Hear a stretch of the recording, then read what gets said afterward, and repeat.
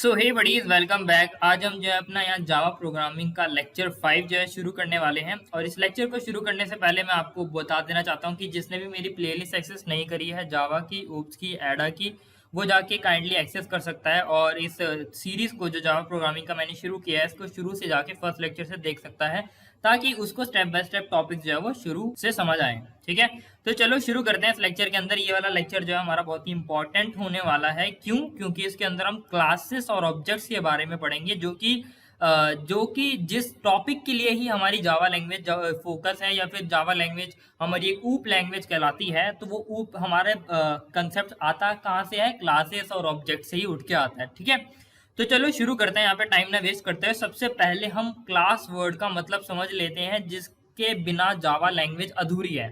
ठीक है, तो यहाँ पे अगर हम क्लास की बात करते हैं तो क्लास, अगर मैं डेफिनेशन, बुकिश डेफिनेशन की बात करूं तो class is a description of an objects property and behaviour. मैं यहाँ पे बस पहले डेफिनेशन को रीड कर रहा हूँ, फिर आपको समझाऊंगा कि एक्चुअली में क्लास का मतलब होता क्या है।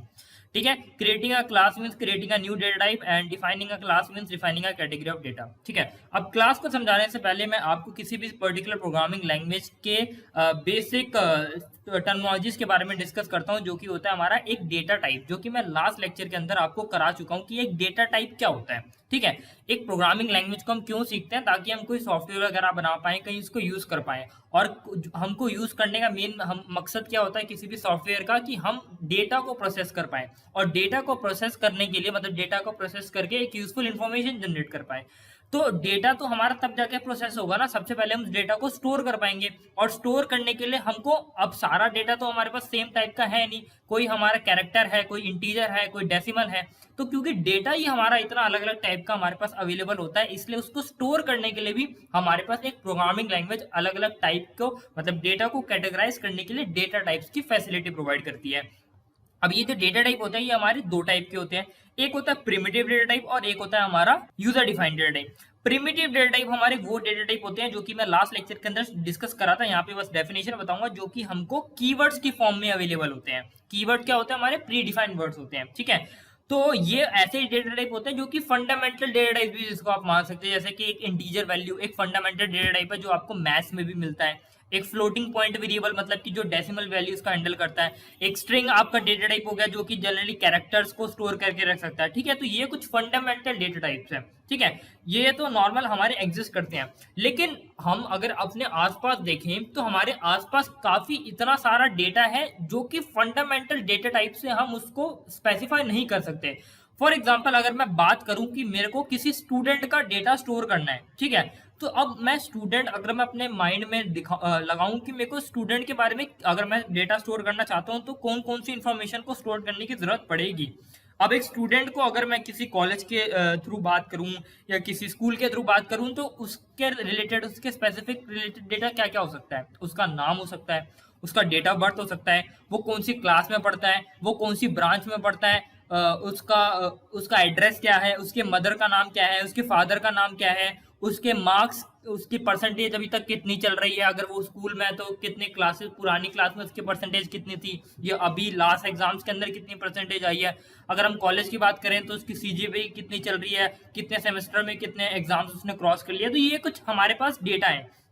लेकिन अगर हम बारीकी से देखें तो ये सारे के सारे डेटा हमारे एक स्पेसिफिक टाइप के नहीं है, सब अलग अलग टाइप के हैं। फॉर एग्जाम्पल, उस स्टूडेंट का नाम हमारा एक स्ट्रिंग टाइप का डेटा है, उस स्टूडेंट की जो एज है वो एक इंटीजर टाइप का डेटा है, उस स्टूडेंट के जो परसेंटेज है वो एक हमारा फ्लोट टाइप का डेटा है। ठीक है, तो ये हमारे पास एक सिंगल स्टूडेंट तो एक सिंगल एंटिटी है, लेकिन उससे रिलेटेड अगर हमें को डेटा को स्टोर करने की जरूरत पड़ रही है तो मैं एक सिंगल एंटिटी के अंदर उसको स्टोर नहीं कर पा रहा, क्योंकि उससे रिलेटेड जो डेटा है वो है ही अलग अलग टाइप का। तो अब मेरे को भी मैं फंडामेंटल डेटा टाइप पे डिपेंड नहीं कर सकता डेटा को स्टोर करने के लिए। ठीक है, तो मेरे को एक ऐसा डेटा टाइप चाहिए जो कि हो, मतलब बेसिकली मैं क्या कर पाऊं कि उस डेटा टाइप के अंदर मैं अलग अलग टाइप की वैल्यूज को स्टोर करूं, लेकिन इवेंचुअली वो मेरा सिर्फ एक ही डेटा टाइप बन जाए। तो वो, तभी तो हम उसको यूजर डिफाइंड डेटा टाइप बोलते हैं। फंडामेंटल डेटा टाइप के अंदर हम सिर्फ एक स्पेसिफिक टाइप की वैल्यू को स्टोर करा पाते हैं, लेकिन यूजर डिफाइंड डेटा टाइप हमारे वो डेटा टाइप होते हैं जिसके अंदर हम फंडामेंटल डेटा टाइप्स को यूज करके अपने खुद का डेटा टाइप बना सकते हैं। ठीक है। अब सी लैंग्वेज के अंदर हम स्ट्रक्चर का यूज करते थे, ये फंडामेंटल जो यूजर डिफाइंड डेटा टाइप बनाने के लिए। सी प्लस प्लस के अंदर भी हम स्ट्रक्चर का यूज करते हैं और साथ ही साथ क्लास का भी यूज कर सकते हैं। जावा लैंग्वेज के अंदर भी हम क्लासेस का यूज करते हैं ये जो यूजर डिफाइंड डेटा टाइप्स हैं इसको बनाने के लिए, ठीक है। तभी मैंने यहाँ पे लिखा है creating a class means creating a new data type, कि अगर आपने कोई क्लास को क्रिएट करा इसका मतलब है कि अब आपने एक खुद का नया डेटा टाइप क्रिएट कर दिया है, ठीक है।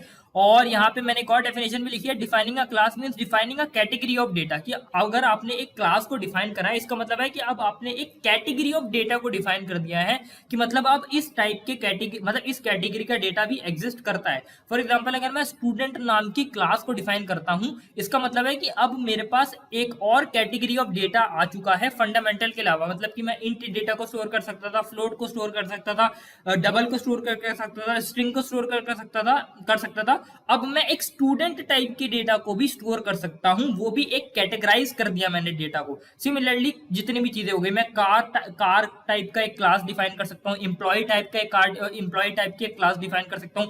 तो ये सब क्या हो गया, मैं नई नई कैटेगरी ऑफ डेटा को जनरेट कर रहा हूं, नई नई कैटेगरी ऑफ डेटा को बना रहा हूं अपने हिसाब से। मैं डिसाइड करूंगा कि मेरे को इसके अंदर क्या क्या वेरिएबल्स रखने हैं, क्या क्या फंक्शंस यूज करने हैं, ठीक है। अब फंक्शंस भी हम इसके अंदर आएंगे क्या क्या होते हैं बेसिकली। एक बार ये वाली डेफिनेशन देखते हैं, class is a description of an objects property and behaviour. अब ये वाली डेफिनेशन को समझाने से पहले मैं आपको पहले ऑब्जेक्ट को बता देता हूं कि ऑब्जेक्ट क्या होता है, तभी हम इस वाली डेफिनेशन को समझेंगे। अब क्लास और ऑब्जेक्ट ये दोनों एक दूसरे के बिना बिल्कुल रह ही नहीं सकते, क्योंकि ये दोनों एक ही आप मान सकते हो, एक जिस्म दो जान की तरह होते हैं क्लास और ऑब्जेक्ट। जहां पे क्लास होता है वहां पे हमको ऑब्जेक्ट की जरूरत पड़ती है, ठीक है। अब बेसिकली ऑब्जेक्ट हमारा क्या होता है, it is a real world entity. Real world entity कैसे, जस्ट मैंने इसका एग्जांपल अभी आपको 2 सेकंड पहले दिया कि आपको जो फंडामेंटल डेटा टाइप अवेलेबल थे उसके साथ अगर बाय चांस कोई ऐसा डेटा आपको जो कि रियल वर्ल्ड में एग्जिस्ट करता है, आप उसके बारे में डेटा अगर स्टोर करना चाहते हो तो आप नहीं कर पाओगे, उसके लिए आपको खुद का डेटा टाइप बनाना पड़ेगा। तो वो जो रियल वर्ल्ड की जो चीज है, जो रियल वर्ल्ड का आपने दिमाग लगाया कि मेरे को इसका डेटा स्टोर करना है, वही तो हो गया हमारा ऑब्जेक्ट। जो रियल वर्ल्ड में एंटिटी एग्जिस्ट करती है आपके सामने, अगर आप देखोगे टीवी पड़ा है, स्टूडेंट है, एम्प्लॉय है, कार है, वॉशिंग मशीन है, ये क्या रियल वर्ल्ड चीजें हैं जो हमारे आसपास एग्जिस्ट करती हैं। अब अगर हमको इनको कंप्यूटर के अंदर प्रोग्रामिंग के अंदर रिप्रेजेंट करना है तो हमारे पास एकमात्र तरीका बचता है कि हम इनको एज अ ऑब्जेक्ट माने, कि स्टूडेंट एक ऑब्जेक्ट है, फ्रिज हमारा एक ऑब्जेक्ट है, हमारा जो वॉशिंग मशीन है वो एक ऑब्जेक्ट है, टीवी जो है वो एक ऑब्जेक्ट है, बेड जो है वो हमारा एक ऑब्जेक्ट है। अब उस ऑब्जेक्ट को हम अपने प्रोग्राम के अंदर, अपने कोडिंग के अंदर रिप्रेजेंट करते हैं, लेकिन उस ऑब्जेक्ट को रिप्रेजेंट करने के लिए हमको बेसिकली सबसे पहले उसका एक स्ट्रक्चर तैयार करना पड़ता है, एक ढांचा तैयार करना पड़ता है कि जब मेरा ऑब्जेक्ट बनेगा तो वो कुछ ऐसा दिखेगा। जैसे कि अगर कारपेंटर जो होता है वो कोई बेड बनाना चाहता है तो वो बेड बनाने से पहले अपने माइंड में सोच लेता है कि जो बेड होगा वो मेरा कुछ इस तरीके से दिखने वाला है, ठीक है।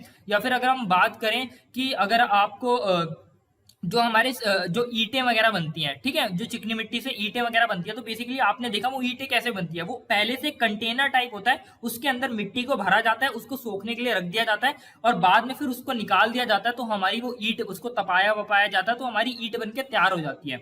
तो बेसिकली वो जो हमारी ईंट बनके तैयार होती है वो हमारा ऑब्जेक्ट होता है, लेकिन वो ऑब्जेक्ट बना कैसे, हमारा उस क्लास की मदद से। वो क्लास हमारा एक कंटेनर है, ठीक है। तो बेसिकली अगर मेरे को स्टूडेंट को रिप्रेजेंट करना है अपने प्रोग्रामिंग के अंदर तो मेरे को स्टूडेंट टाइप की क्लास बनानी पड़ेगी जिसके अंदर मैं डिस्क्रिप्शन दूंगा कि जब मेरा इस क्लास का ऑब्जेक्ट बनेगा तो वो कैसे कैसे दिखेगा, मतलब कि उसके अंदर कौन कौन से वेरिएबल एग्जिस्ट करेंगे। मतलब कि अगर मैं स्टूडेंट टाइप की क्लास बनाता हूं तो उसके अंदर उसका नाम होगा, मतलब कि स्ट्रिंग टाइप का एक वेरिएबल होगा नेम, उसके अंदर उसकी एज की वैल्यू आ सकती है तो इंट टाइप का एक एज नाम का वेरिएबल हम रखेंगे, और साथ ही साथ हम क्या करेंगे उसके मार्क्स रखेंगे, उसकी परसेंटेज रखेंगे, तो फ्लोट टाइप की परसेंटेज होगी हमारी, ठीक है। अब मैंने क्या कर लिया, मैंने वेरिएबल्स तो बना लिए, लेकिन अब उन वेरिएबल्स के अंदर मेरे को डेटा भी तो पहुंचाना पड़ेगा, डेटा को एक्सेस भी तो करना पड़ेगा, और ये चीज कौन करेगा, फंक्शंस। हम क्या करेंगे उससे रिलेटेड बिहेवियर्स भी करेंगे या फिर फंक्शंस भी डिफाइन करेंगे जो कि एक्चुअली में उस डेटा, उस वेरिएबल्स को एक्सेस करेंगे और उनके अंदर से वैल्यूज को मैनिपुलेट करने का काम करेंगे, डिस्प्ले करने का काम करेंगे, ये सारी चीजें हमारे करेंगे, ठीक है। तो बेसिकली यही चीज है। अगर अब हम इस डेफिनेशन पे हैं, class is the description of an objects property. अब प्रॉपर्टी हमारी क्या है, मतलब कि बेसिकली वो जो वेरिएबल्स हमने डिफाइन करे हैं, मतलब कि हमने उसका नाम जो है वो इसकी उसकी एक प्रॉपर्टी है उस रियल वर्ल्ड ऑब्जेक्ट की, कि वो इसके उसका नाम है, उसके मार्क्स हैं, ये सारी क्या उसकी प्रॉपर्टीज है। लेकिन प्रोग्रामिंग के अंदर अगर हमको उन प्रॉपर्टीज को रिप्रेजेंट करना है तो हमने क्या यूज करा, वेरिएबल्स को यूज करा। तो बेसिकली जो भी हम अपने क्लास के अंदर वेरिएबल्स बनाते हैं वो हमारी उस ऑब्जेक्ट की प्रॉपर्टी कहलाता है। और बिहेवियर मतलब कि उस प्रॉपर्टीज को एक्सेस करने के लिए जिन भी हम फंक्शंस को बनाते हैं उनको हम उसका बिहेवियर बोलते हैं। ठीक है, यहाँ पे ये हमारा डाउट क्लियर हो गया। अब object consume memory to hold property values. अब यहाँ पे एक और मेन पॉइंट हमारा आता है कि जब भी हम एक क्लास को डिफाइन करते हैं ना अपने प्रोग्राम के अंदर, तो क्लास जो होती है वो मेमोरी कंज्यूम नहीं करती। ठीक है, इसको आप इसको रिलेट कर सकते हो। फॉर एग्जांपल जो हमारे प्रिमिटिव फंडामेंटल डेटा टाइप होते हैं, जैसे कि इंट होता है, फ्लोट होता है, डबल होता है। अब ये सब हमारे प्रोग्रामिंग लैंग्वेज के अंदर कीवर्ड्स की फॉर्म में ऑलरेडी इनकी डेफिनेशन अवेलेबल होती है। अब इनकी डेफिनेशन पहले से दी गई है, इसका मतलब ये तो नहीं है ना कि ये मेमोरी कंज्यूम करके बैठे हैं। ये मेमोरी तब कंज्यूम करते हैं जब हम इनका वेरिएबल बनाते हैं। जैसे कि इंट एक्स मैंने करा, जब मैंने इंट एक्स करा तो वो एक्स नाम का वेरिएबल मेरी मेमोरी कंज्यूम करेगा 4 बाइट की। इंट कोई मेमोरी मेरी कंज्यूम नहीं करेगा। फॉर एग्जांपल अगर मैं लॉन्ग एक्स करता हूं तो जो मेरा एक्स नाम का वेरिएबल है वो मेरा 8 बाइट का मेमोरी कंज्यूम करेगा। यहाँ पे इंट लॉन्ग ये इनका काम बस ये है, जो मतलब इनका काम बस इतना है, जो भी जिस टाइप का भी मैं वेरिएबल बना रहा हूँ। फॉर एग्जांपल अगर मैं लॉन्ग एक्स करता हूँ तो यहाँ पे लॉन्ग कीवर्ड का मतलब बस इतना सा है कि वो बताएगा कि हमारे रैम के अंदर एक 8 बाइट की मेमोरी कंज्यूम होगी और उसके अंदर इस रेंज से इस रेंज की वैल्यू आ सकती है। अगर मैं फ्लोट की बात करूं तो फ्लोट एक्स लिखने का मतलब ये है कि मेरा जो रैम के अंदर एक 4 बाइट की मेमोरी कंज्यूम होगी जिसका नाम मेरा एक्स रखा जाएगा, और उस 4 बाइट की मेमोरी के अंदर मेरे डेसिमल वैल्यू स्टोर हो सकते हैं। ठीक है, ये मतलब होता है। तो जब मैं अब ये तो हमारे फंडामेंटल डेटा टाइप थे, लेकिन जब हम खुद के वेरिएबल जब हमने खुद का क्लास बनाई है, खुद का जो हमने डेटा टाइप बनाया है, जब हम उसको डिफाइन करते हैं तब वो मेमोरी कंज्यूम नहीं करते। जब हम उनका ऑब्जेक्ट बनाते हैं, या फिर अगर सिंपल लैंग्वेज में बोलूं, जब हम खुद के बनाए हुए क्लासेस का वेरिएबल बनाते हैं तब जाके वो वेरिएबल्स हमारी मेमोरी कंज्यूम करते हैं, और वो जो वेरिएबल्स होते हैं वही हमारे ऑब्जेक्ट कहलाते हैं। क्यों वो ऑब्जेक्ट कहलाते हैं? क्योंकि हमने वो जो डेटा टाइप, वो जो क्लास है, वो हमने एक रियल वर्ल्ड ऑब्जेक्ट को आप मान सकते हो कॉपी करने के लिए हमने क्लास का यूज करा है, इसलिए हम उसको वेरिएबल ना बोल के ऑब्जेक्ट बोलते हैं। ठीक है, अब यहाँ पे एक और पॉइंट आ जाता है कि ऑब्जेक्ट और वेरिएबल के अंदर डिफरेंस क्या होता है। ऑब्जेक्ट और वेरिएबल के अंदर इतना सा डिफरेंस होता है कि जो हमारे वेरिएबल होते हैं ना, वो एक एटॉमिक वैल्यू होती है। जैसे कि मैं इंट एक्स करा तो एक्स के अंदर सिर्फ इंट टाइप की वैल्यू ही आ सकती है। लेकिन ऑब्जेक्ट जो होता है वो हमारा एक से ज्यादा फंडामेंटल डेटा टाइप्स की वैल्यूज से मिलके बना होता है। अगर मैं अपने स्टूडेंट टाइप की वैल्यू, अगर मैं स्टूडेंट क्लास का ऑब्जेक्ट बनाऊंगा तो उस ऑब्जेक्ट के अंदर सिर्फ इंटीजर वैल्यू या फ्लोट वैल्यू नहीं, मिक्सचर ऑफ वैल्यू जा सकती है। मतलब कि उसके नेम के अंदर जो है स्ट्रिंग वैल्यू जाएगी, उसके मार्क्स के अंदर जो है इंटीजर वैल्यू जाएगी, उसके परसेंटेज के अंदर फ्लोट वैल्यू जाएगी। तो एक से ज्यादा, एटॉमिक से ज्यादा हमारी वैल्यू जाएगी ऑब्जेक्ट के अंदर। प्लस उस ऑब्जेक्ट के पास फंक्शंस भी होंगे उन जो भी उसकी वेरिएबल्स है उसको एक्सेस करने के लिए। जबकि जो हमारे वेरिएबल है, वेरिएबल के पास कोई भी फंक्शन नहीं होंगे उसको एक्सेस करने के लिए। तो ये हमारा माइन्यूट सा डिफरेंस होता है ऑब्जेक्ट और क्लास के बीच में। अब हम क्या करते हैं, एक बार एक क्लास को डिफाइन करके देख ही लेते हैं कि एक क्लास को हम डिफाइन किस तरीके से करते हैं जावा के अंदर। ठीक है, तो हम क्या करेंगे, यहाँ पे क्यूबॉइड नाम की क्लास को डिफाइन करेंगे जिसके अंदर लेंथ, ब्रेथ, हाइट हम यहाँ पे उसका वेरिएबल बनाने वाले हैं, और हम मेंबर फंक्शन भी बनाएंगे, सेट डेटा, शो डेटा, और ताकि वो मतलब उन डेटा के अंदर मैनिपुलेट कर पाए। और ये एक बार हम करके देखते हैं। ठीक है, उसके बाद मैं आपको बताऊंगा कि किस तरीके से जावा के अंदर स्ट्रक्चर होता है हमारा।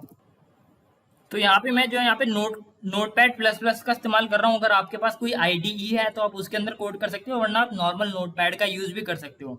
मैं यहाँ पे नोटपैड प्लस प्लस का यूज इसलिए कर रहा हूँ क्योंकि यहाँ पे कलर कोडिंग से आपको अलग अलग कीवर्ड्स के बीच में और नॉर्मल वर्ड्स के बीच में डिफरेंस जो है समझ आएगा। ठीक है, तो यहाँ पे एक बारी क्लास को डिफाइन करना स्टार्ट करते हैं। अब यहाँ पे जो है मैं यहाँ पे पब्लिक क्लास जो है यहाँ पे अपनी जो भी मैं यहाँ पे यूज करने वाला हूँ, मैंने अपने जो जावा फाइल का नाम क्यूबॉइड यहाँ पे दे रखा है। ठीक है, इसलिए मेरे को जो अपनी पब्लिक क्लास है उसका नाम भी क्यूबॉइड मेरे को यहाँ पे देना पड़ेगा। ठीक है, तो यहाँ पे मैं एक बारी कोड लिख लेता हूँ।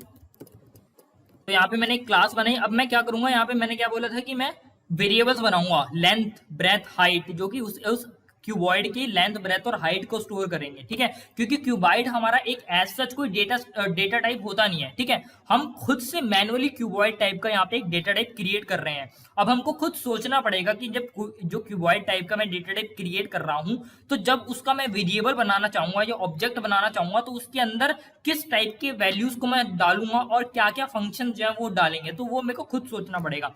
तो एक तो मैं क्या करूंगा, एक लेंथ नाम का मेरा वेरिएबल होगा, ठीक है। तो एक लेंथ नाम का वेरिएबल होगा, और साथ ही साथ मैंने क्योंकि जावा के अंदर बताया कि चाहे आप वेरिएबल हो, चाहे फंक्शन हो, चाहे क्लास हो, आपको उसका एक्सेस स्पेसिफायर जो है उसके साथ मेंशन करना पड़ता है। तो यहाँ पे मैं यहाँ पे प्राइवेट बनाना चाहता हूँ, ठीक है। लेंथ, ब्रेथ और हाइट ये मैं सारे प्राइवेट मेंबर बनाना चाहता हूँ, क्योंकि ये सिर्फ मैं चाहता हूँ कि कोई फंक्शन ही इसको एक्सेस करे, कोई और इसको क्लास के बाहर से एक्सेस ना कर पाए, ठीक है। तो मैं एक बार कोडिंग कर लेता हूँ।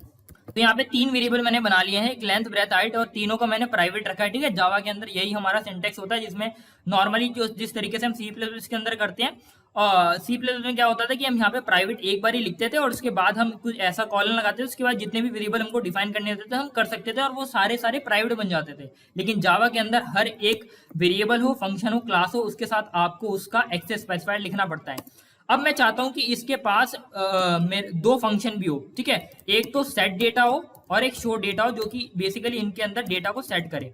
अब सेट डेटा जो हो वो हमारा वैल्यूज को रिसीव भी कर रहा हो, तो यहाँ पे मैं ले लेता हूँ इंट एल, इंट बी और इंट एच, ठीक है। 3 वैल्यूज को ये रिसीव करे, और मैं क्या चाहूँ यहाँ पे लेंथ के अंदर एल को डलवा दूं, और ब्रेथ के अंदर मैं यहाँ पे बी को डलवा देता हूँ, और हाइट के अंदर मैं यहाँ पे एच को डलवा देता हूँ, ठीक है। तो जो भी मेरा इस फंक्शन के अंदर लेंथ, ब्रेथ, हाइट की वैल्यू रिसीव होगी, वो मेरे इसके डेटा मेंबर्स के अंदर, डेटा जो भी वेरिएबल्स है उसके अंदर, मेंबर वेरिएबल्स के अंदर वो वैल्यू मेरी चली जाएगी, ठीक है।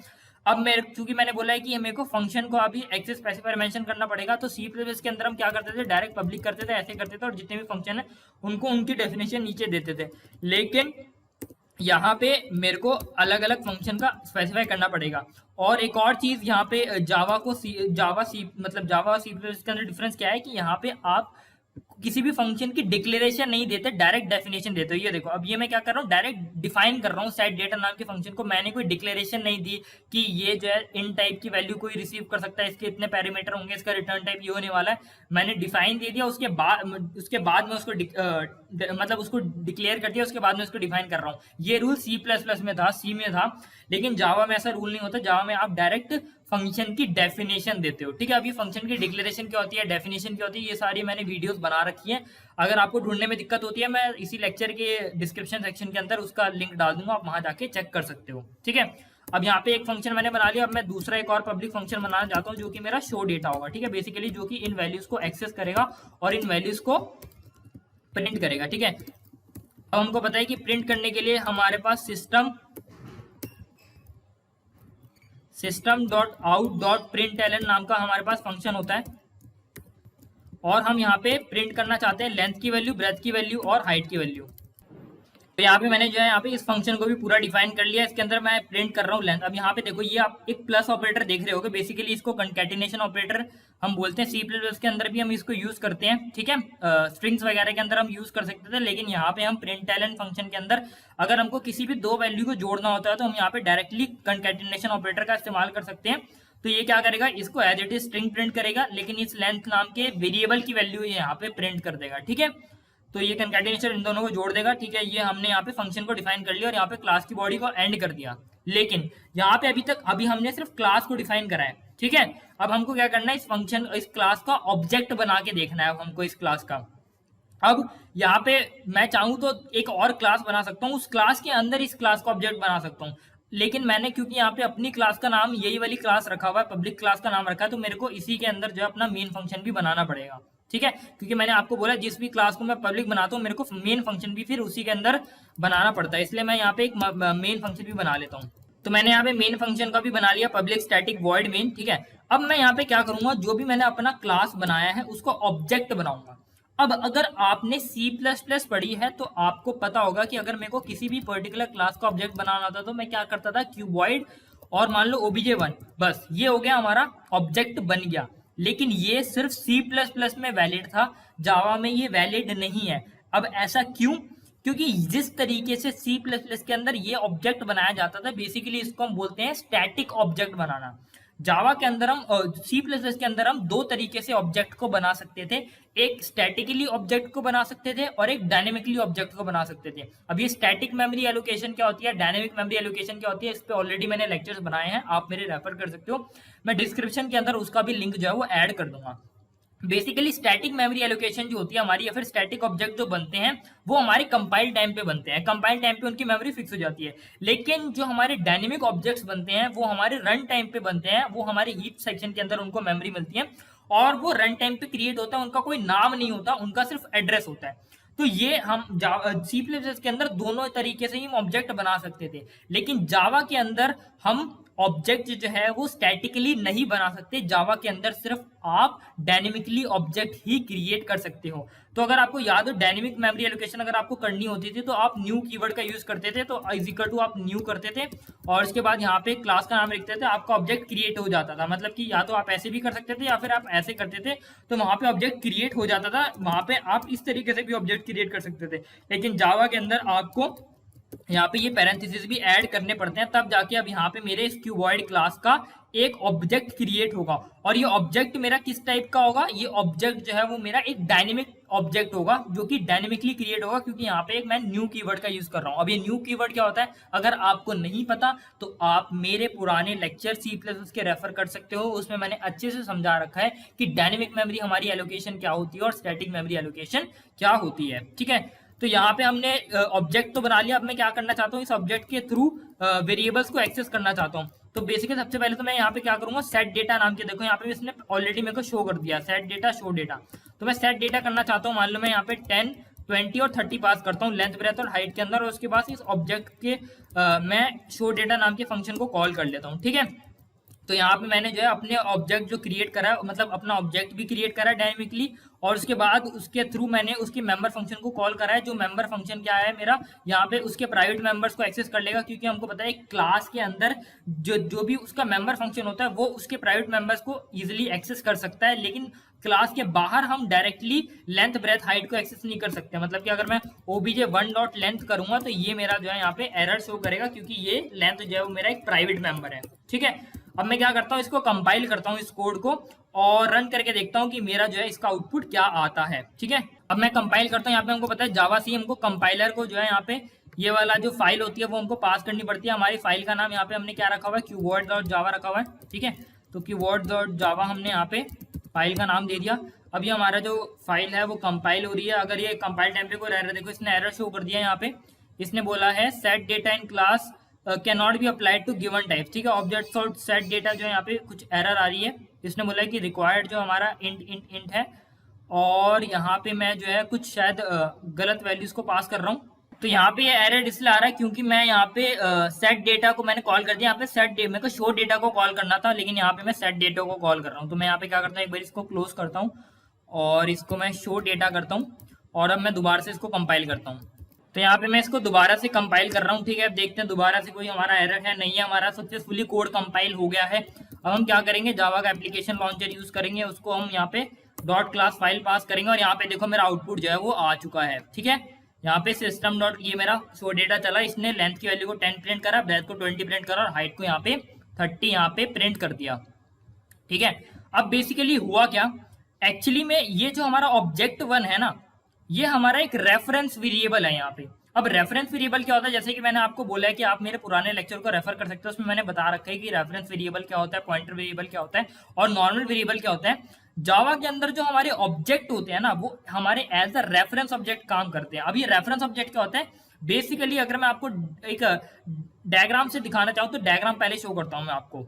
तो बेसिकली हुआ क्या, हमने क्या करा, क्यूबॉइड नाम का ये एक क्लास डिफाइन करी, जिसके अंदर लेंथ नाम का वेरिएबल था, ब्रेथ नाम का वेरिएबल था, हाइट नाम का वेरिएबल था, जिसके अंदर हमारा सेट डेटा शो डेटा नाम का फंक्शन था। तो जब मैंने यहाँ पे अपने ऑब्जेक्ट को डिक्लेयर करा तो हुआ क्या कि ऑब्जेक्ट नाम का, ओबीजे नाम का एक रेफरेंस वेरिएबल मेरा बना। इस रेफरेंस वेरिएबल, रेफरेंस को आप मान सकते हैं इंटरनली एक पॉइंटर वेरिएबल है मेरा, जो कि एड्रेस स्टोर करेगा मेरा जो भी ओरिजिनल मेरा ऑब्जेक्ट बना है उसका। तो यहाँ पे इस ऑब्जेक्ट के थ्रू मैं यहाँ पे इसको जो भी अंदर के वेरिएबल्स या फंक्शंस को एक्सेस कर पा रहा हूँ। ठीक है, ये हमारा स्टैटिक ऑब्जेक्ट नहीं है, ये मेरा डायनेमिक ऑब्जेक्ट है, और डायनेमिक ऑब्जेक्ट की मदद, डायनेमिक ऑब्जेक्ट होने की वजह से हमारा यहाँ पे obj1 जो है उसको एक रेफरेंस वेरिएबल होना पड़ेगा, तभी ये इस डायनेमिक ऑब्जेक्ट को रेफर कर पाएगा। ठीक है, तो जब मैंने obj1 करा तो ये जो हमारा एक ऑब्जेक्ट obj1 के लिए अलग बना और obj2 के लिए अलग बना। तो ये लेंथ ब्रेथ हाइट नाम के वेरिएबल मेरे obj1 के लिए अलग बने और लेंथ ब्रेथ हाइट ये मेरे obj2 के लिए अलग बने। इनको मान लो ये हमारी टोटल रैम की मेमोरी और हमारे प्रोग्राम को इतनी मेमोरी मिली है, तो इसके अंदर अगर मैंने दो ऑब्जेक्ट बनाए तो वो अपने अलग अलग जगह बनेंगे और वो अलग अलग मेमोरी को मेरा obj1 या obj2 जो भी मैं अपने ऑब्जेक्ट का नाम रख रहा हूँ वो यहाँ पे रेफर करेगा। तो इंटरनली कुछ इस तरीके का हमारा स्ट्रक्चर जब भी हम ऑब्जेक्ट को बनाते हैं जावा के अंदर इस तरीके से कुछ देखने को मिलता है। अब यहाँ पे हम इस लेक्चर को खत्म करते हैं क्योंकि काफी लंबा हो गया है लेक्चर, इसके अंदर काफी सारे पॉइंट्स को मैंने डिस्कस करा है।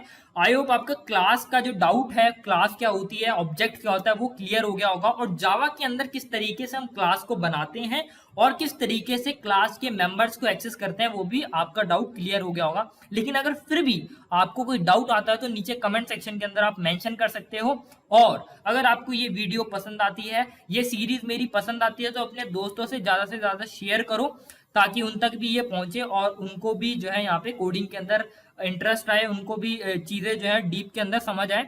और अपने दोस्तों से ज्यादा शेयर करो और चैनल को सब्सक्राइब जरूर करो।